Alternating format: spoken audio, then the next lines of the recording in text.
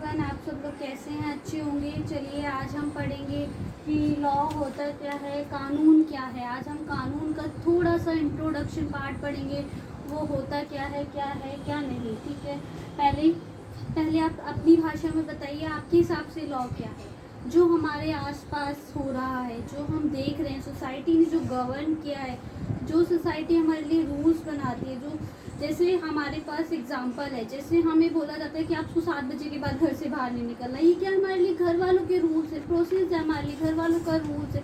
यही लॉ होता है, जो हमारे लॉ को सीधी सादी भाषा में, शब्दों में कहते हैं, सरल भाषा में कहते हैं कि जो हम सोसाइटी में आसपास देखते हैं वही लॉ कहलाता है। ठीक है, लॉ क्या है? A set of the rules and regulation which contract the society, rules and regulation which regulate the society. जो सोसाइटीज में रूल्स रेगुलेशंस बनाए जाते हैं, जो हम सोसाइटी के साथ कॉन्ट्रैक्ट करते हैं, जो सोसाइटी हमारे लिए रूल्स गवर्न करती है, वही लॉ कहलाता है। अब किसी चीज़ को पढ़ने के लिए, उसके बारे में जानने के लिए पहले उसकी परिभाषा जाननी पड़ेगी। परिभाषा क्या होती है, उनका डिफरेंस क्या है, उनके बीच क्या अंतर है, क्या एक्सप्लेनेशन किया गया है, क्या स्पष्टीकरण है उसका। तो ये सब लॉ को जानने के लिए एक प्रक्रिया है, एक छोटा सा प्रोसेस है। तो जैसे अब हम एग्जांपल लेते हैं, जैसे चोरी हुई है, चोरी कहाँ लिखी गई है, चोरी की डेफिनेशन कहाँ लिखी गई है, वो हमें आईपीसी में मिलेगी, सेक्शन 378 के अंदर। अब ये आईपीसी क्या है?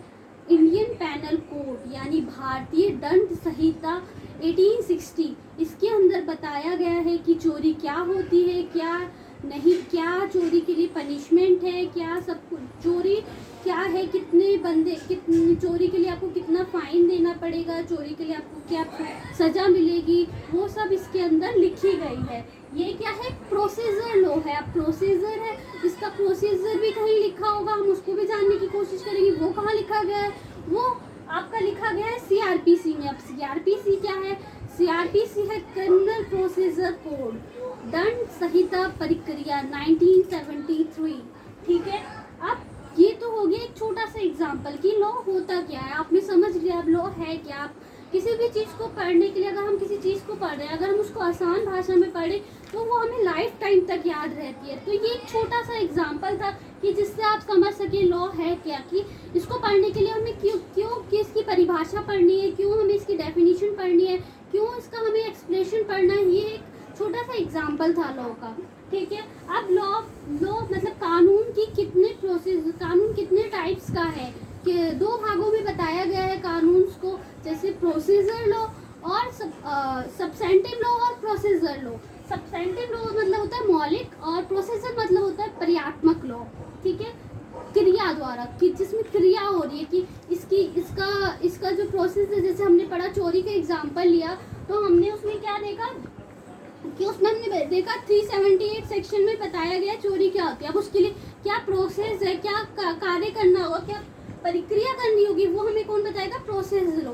अब जब ये लॉ बने हैं तो इनको कहाँ पे इंटरप्रेट किया जाएगा, कहाँ पे इसके स्टैट्यूज लिखा है, वो कहाँ पे लिखा है? आईओएस में बताया गया। हम इसको इंटरप्रेट कैसे करेंगे, कानून के सामने इसको कैसे बताएंगे कि कहाँ पे इंटरप्रेट होगा? कानून निर्वाच्य में। ठीक है, ये जो सब्सेंटिव लॉ होता है क्रिमिनल लॉ होता है, और इसमें जो होता है क्राइम पनिशमेंट्स ये सारी दी जाती हैं, कि जैसे चोरी हुई है उसकी पनिशमेंट कहाँ मिलेगी, ये सब आपको इसमें बताया जाएगा। प्रॉपर्टी का कोई केस हुआ है, उसकी पनिशमेंट क्या है, प्रॉपर्टी में धोखाधड़ी हुई है, वो सारी प्रोसेस इसमें बताए। और प्रोसीजर लॉ क्या है? वो सिविल लॉ है, सिविल के अंदर आता है, सिविल केसेस देखे जाते हैं, उसमें एक सिविल प्रोसेस होता है। अब सब्सेंटिव लॉ में क्या क्या हमें पढ़ना होता है, क्या क्या हमारा आता है? आईसीए का मतलब है यहाँ पे Indian contract act. Indian contract act जो है कब आया था? 1872 में आया था। आपको ये पता होना चाहिए इंडियन कॉन्ट्रैक्ट एक्ट होता क्या है। इंडियन कॉन्ट्रैक्ट एक्ट, अब इंडियन कॉन्ट्रैक्ट 1872 में आई, सब्सेंटिव लॉ है। अब इसको हिंदी में क्या कहते हैं? भारतीय संविधान अधिनियम 1872 TPA, transfer of property act. ये कब आया? 1882 में आया, यानी 1882 में आया। इसको हम हिंदी में क्या कहते हैं? संपत्ति अधिकरण अधिनियम। ठीक है, इसमें मैं आपको दोनों लैंग्वेज बता रही हूँ, जो जो भी लैंग्वेज आपको अच्छी लगे आप उससे पढ़ सकते हैं, जिस लैंग्वेज में आपको याद रहे वो आपके लिए। आईपीसी मैंने आपको बता ही दिया है, इंडियन पेनल कोड, भारतीय दंड संहिता 1860। लॉ ऑफ टोर्ट, इसके अंदर क्या होता है, लॉ ऑफ टोर्ट्स के अंदर आपको कंपनसेशन दिया जाता है कि आप किसी प्राइवेट प्रॉपर्टी पे कब्जा कर रहे हैं या किसी प्राइवेट प्रॉपर्टी को नुकसान पहुंचा रहे हैं, उसके लिए आपको कंपनसेशन देना होता है। वो हमें लॉ ऑफ टोर्ट्स के अंदर मिलता था। पहले जो कानून थे, जो पुराने समय में कानून थे, उसमें ज़्यादातर कंपनसेशन ही मिलता था, लॉ ऑफ टोर्ट्स ही अप्लाई किया जाता था। पहले इतनी लोग कानून के बारे में इतना नहीं जानते थे। जब धीरे धीरे अमेंडमेंट होने लगी तो लोग कानून को जानने लगे, तो इसलिए लोग कोर्ट्स में जाकर अपने केस फाइल्स करते हैं। तो वही है। अब प्रोसीजर लॉ क्या है, प्रोसीजर लॉ में आपका पर्यात्मक, जहाँ पे हमारा प्रोसेस लिखा होता है कि किस चीज़ के लिए क्या प्रोसेस बनाया गया है। जैसे सीआरपीसी के अंदर हमें बताया गया है अभी कि किस चीज़ के लिए कितनी पनिशमेंट दी जाएगी, आपको किस तरह क्राइम हुआ है तो उसके लिए आपको क्या करना चाहिए। तो सीआरपीसी का मतलब क्या होता है, क्रिमिनल प्रोसीजर कोड, ठीक है। ये होता है 1973, यानी दंड संहिता, भारतीय दंड संहिता अपराध, ठीक है।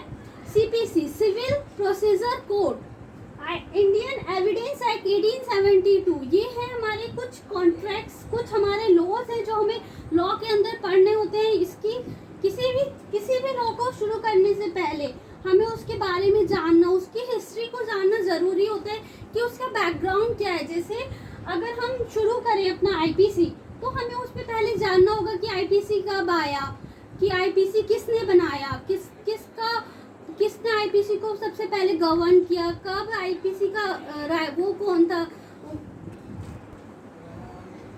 आईपीसी कब आया, कैसे आया, ये था लॉ को थोड़ा सा पढ़ने का प्रोसेस। तो अब हम आपको नेक्स्ट क्लास में मिलेंगे नेक्स्ट वीडियो के साथ। Thank you so much. अगर मेरी वीडियो अच्छी लगे तो इसे लाइक कीजिए, सब्सक्राइब कीजिए और शेयर भी कीजिए। Thank you so much.